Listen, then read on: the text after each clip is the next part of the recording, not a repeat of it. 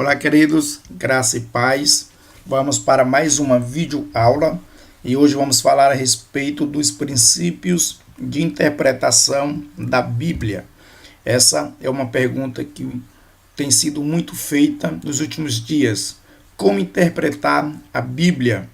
Então, nesta videoaula, nós vamos tentar responder essa pergunta com princípios que ajudarão a cada um de vocês a interpretar a Bíblia para a glória de Deus.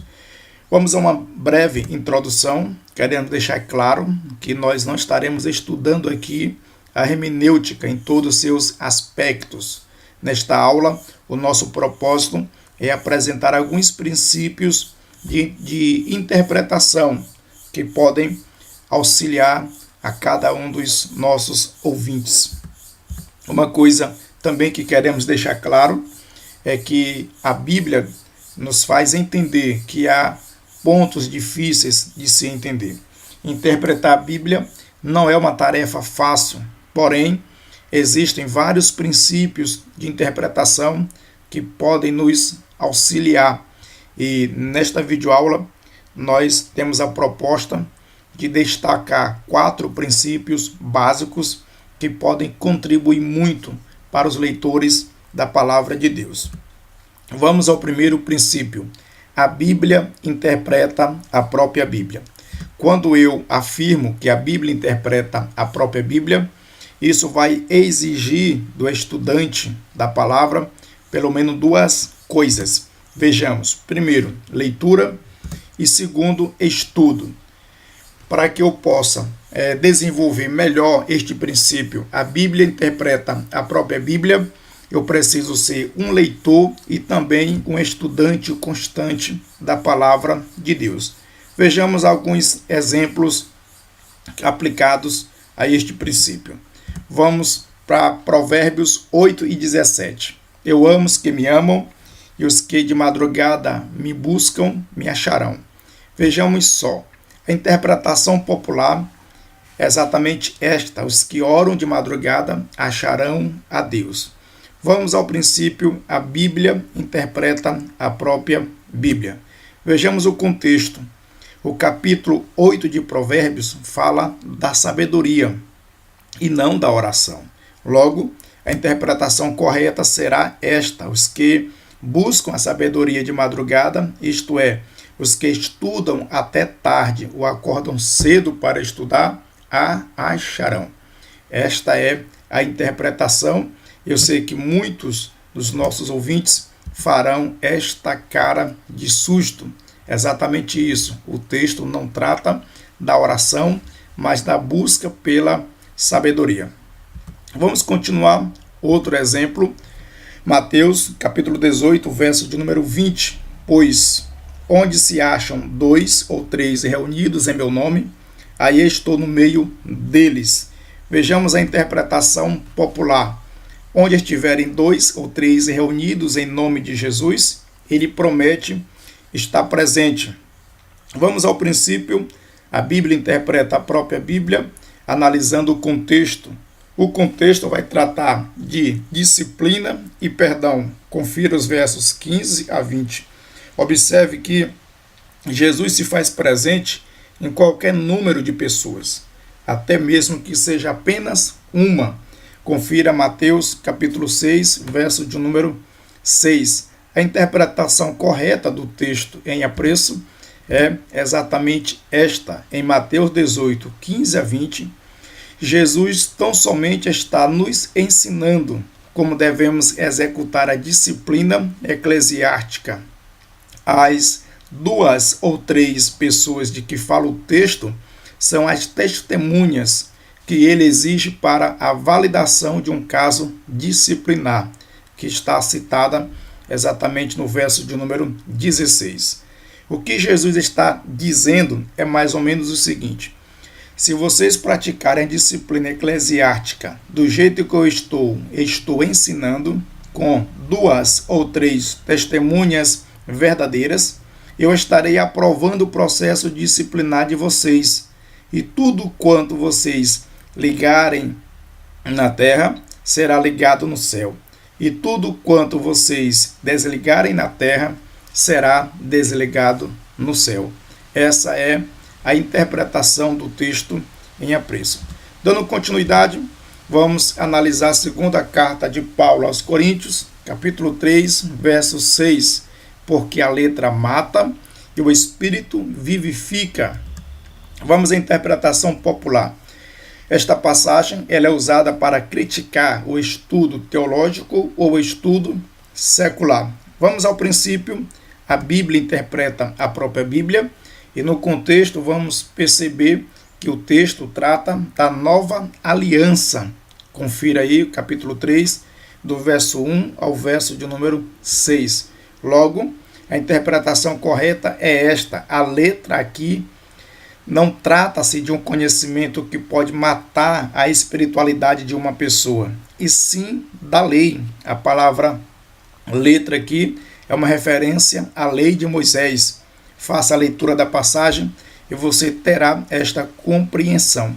O dever do cristão é dedicar-se tanto à palavra, em busca do conhecimento, quanto à oração, em busca da unção, da graça de Deus. Confira Atos, capítulo 6, verso de número 4. Dando continuidade, vamos conhecer o segundo princípio de interpretação, que é exatamente as figuras de linguagens. Primeiro queremos destacar que uma figura de linguagem, na verdade, é uma forma de expressão que consiste no emprego de palavras em sentido figurado, isto é, em sentido diferente daquele em que se costuma ouvir ou em que se costuma ser empregados.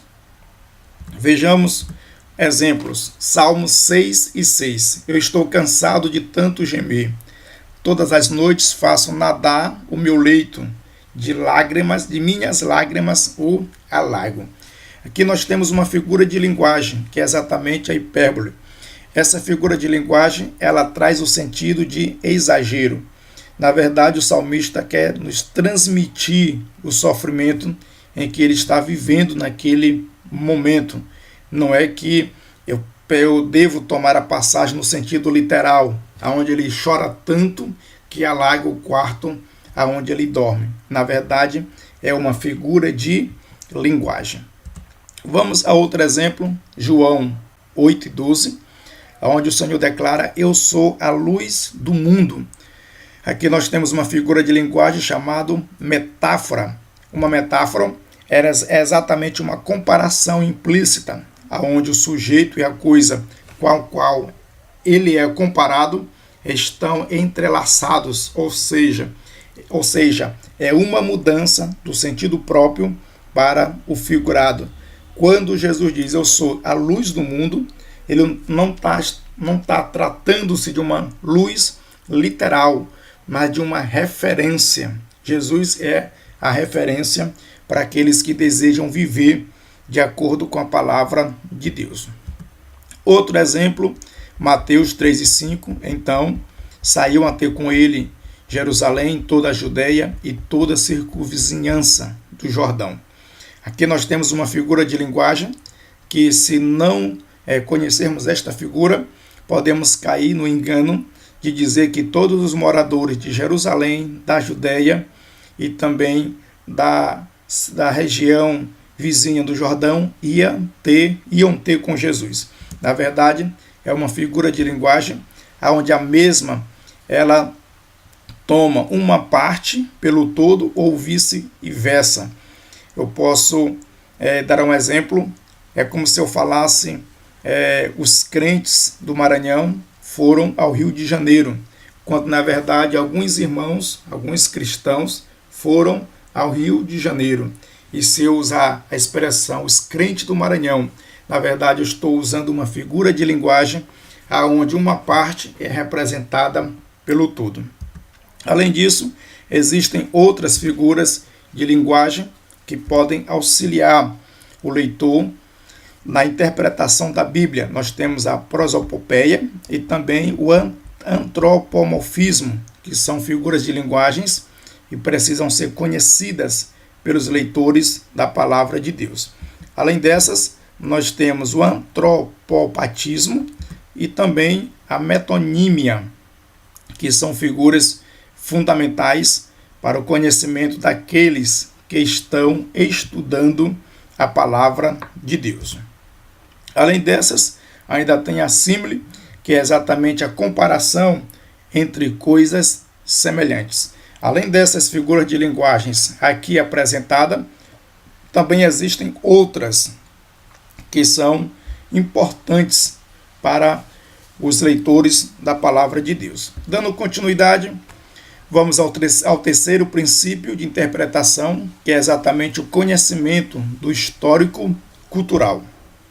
Antes, queremos deixar claro que a cultura é um dos fatores de vital importância na interpretação das Escrituras, pois a revelação de Deus foi dada dentro de um contexto cultural. Deus se manifestou na história usando o conhecimento que o povo tinha, e isso determinará a eficiência ou o fracasso de alguém quando for fazer a interpretação de um texto bíblico. Então vamos ver alguns exemplos. Primeiro, Gênesis 31, verso 34. Ora, Raquel havia tomado os ídolos do lar e os pusera na sela de um camelo e estava assentada sobre eles. Apalpou Labão toda a tenda e não os achou. Vamos ao princípio de interpretação chamado conhecimento do contexto histórico-cultural. Vejamos a interpretação popular. Muitos usam essa passagem para dizer que Labão era idólatra. Vejamos o contexto. O contexto cultural vai deixar claro que a palavra ídolos, que aparece no texto, ídolos do lar, a palavra ídolos, na época, que vem exatamente do hebraico, que é terafins, na verdade eram pequenos objetos que serviam como documentos que comprovam a posse das terras e propriedades. Na verdade, a interpretação correta é que Raquel roubou a herança de seu pai, a herança que lhe pertencia, que estava ainda na posse de seu pai.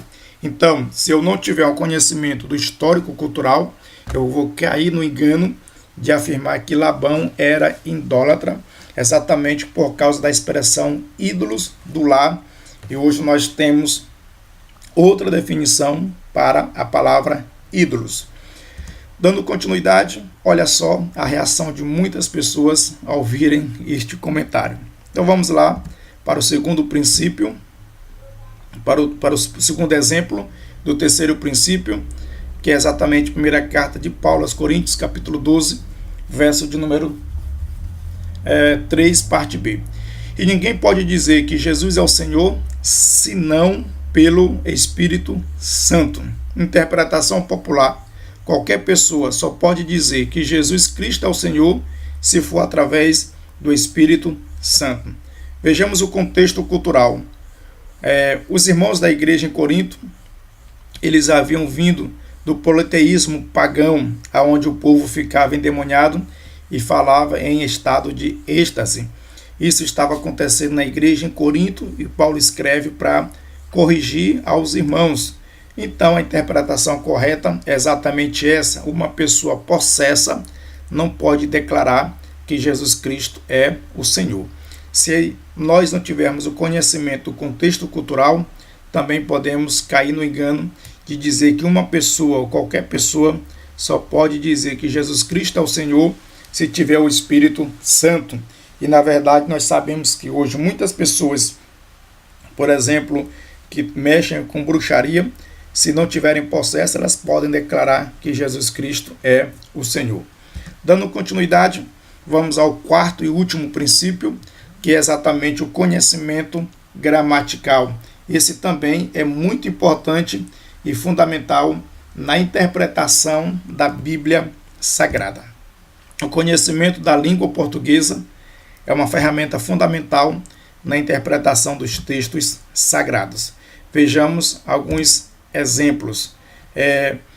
Questão da vírgula, ponto e vírgula, tempo do verbo e também acentos são conhecimentos fundamentais que podem nos auxiliar na interpretação da Bíblia.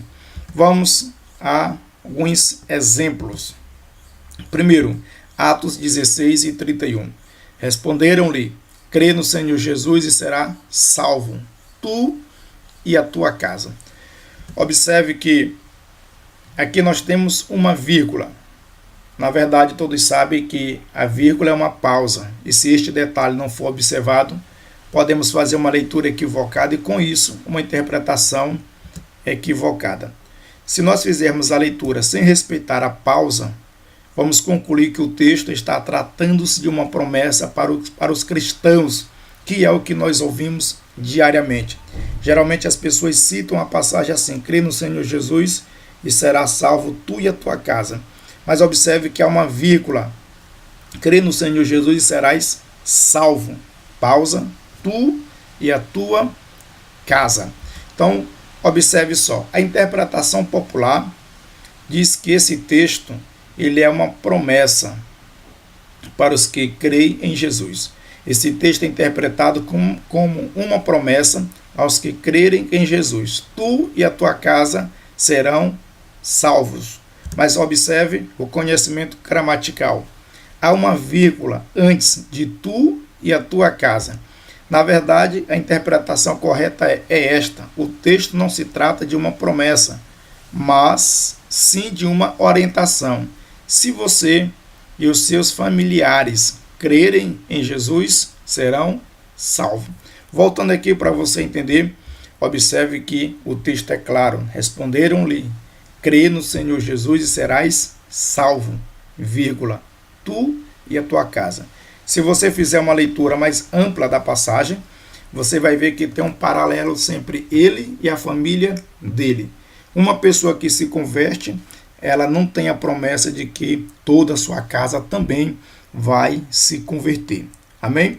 Então este é um princípio importante para a interpretação da Bíblia Sagrada. E essa deve ser a reação de muitos ouvintes por ouvirem direto que o texto trata-se de uma promessa, quando na verdade é uma orientação, um conselho de Paulo para aquele homem.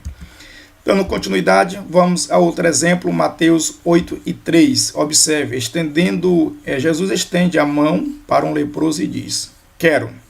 Aí temos ponto e vírgula e ele declara: ser limpo. Observe que há o ponto e vírgula. E se ele não for observado, nós teremos um problema muito sério ao interpretar o texto ou até mesmo ao fazer a leitura.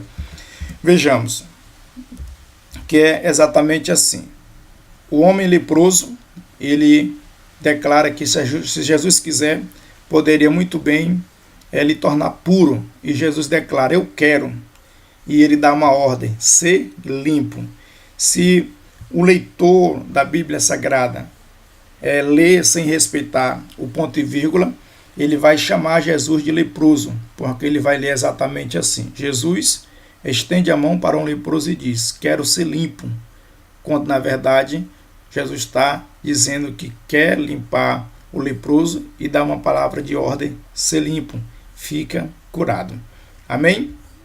Vamos a outro exemplo, João 5:39. Examinais as Escrituras, porque julgais ter nelas a vida eterna, e são elas mesmas que testificam de mim. Interpretação popular: Jesus nos manda examinar a Bíblia. É o que nós ouvimos diariamente em nossos cultos, quando na verdade o conhecimento gramatical, vamos observar que o verbo examinar está na terceira pessoa do plural do indicativo. Observe que está escrito examinais e não examinai. De tanto se aplicar o texto equivocado, a leitura também é equivocada. As pessoas sempre vão ler examinai, mas na verdade o texto é examinais.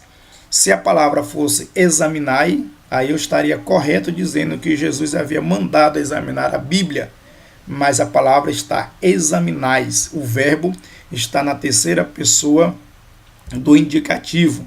Interpretação correta: Jesus não está mandando examinar a Bíblia, ele está afirmando que os fariseus examinavam, mas não praticavam. Essa é uma grande diferença. Dando continuidade, vamos ver a questão dos acentos. Os acentos têm uma importância nas palavras e nos textos bíblicos. Se não observados na leitura, podem trazer conclusões equivocadas. Temos o exemplo de Oséias capítulo 3, verso 1. Deus dá uma ordem para o profeta amar uma mulher adúltera. Se não observar o acento agudo, podemos concluir que Deus ordenou o profeta tomar uma mulher e adulterar.